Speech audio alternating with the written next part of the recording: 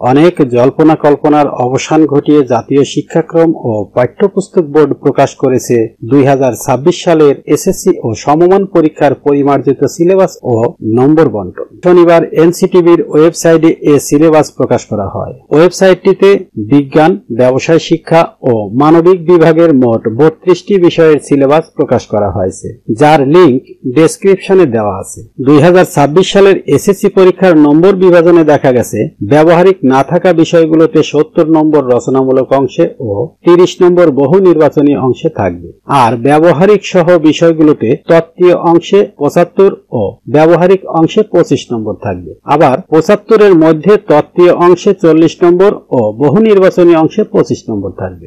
নবম দশম শ্রেণীতে বিভাগ বিভাজন উঠিয়ে দিয়েছিল পতিত আওয়ামী লীগ সরকার।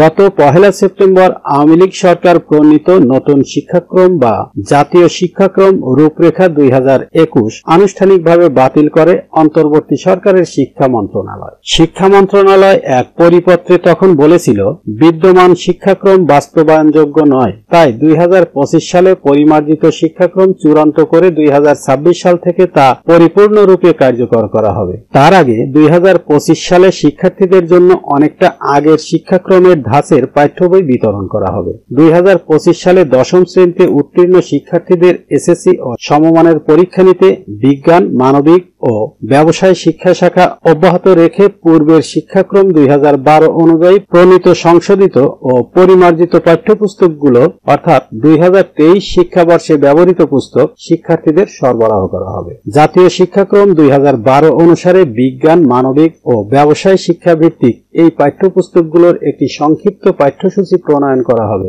যাতে শিক্ষার্থীরা এক শিক্ষাবর্ষের মধ্যেই পাঠ্যসূচি সম্পন্ন করতে পারে। অর্থাৎ যে সকল শিক্ষার্থী বর্তমান নবম শ্রেণীতে বার্ষিক পরীক্ষা দিয়ে দশম শ্রেণীতে উত্তীর্ণ হয়েছে তাদের জন্য এই সুখবরটি। পাঠদান ও মূল্যায়ন পদ্ধতি জাতীয় শিক্ষাক্রম 2012 অনুসারে পরিচালিত হবে।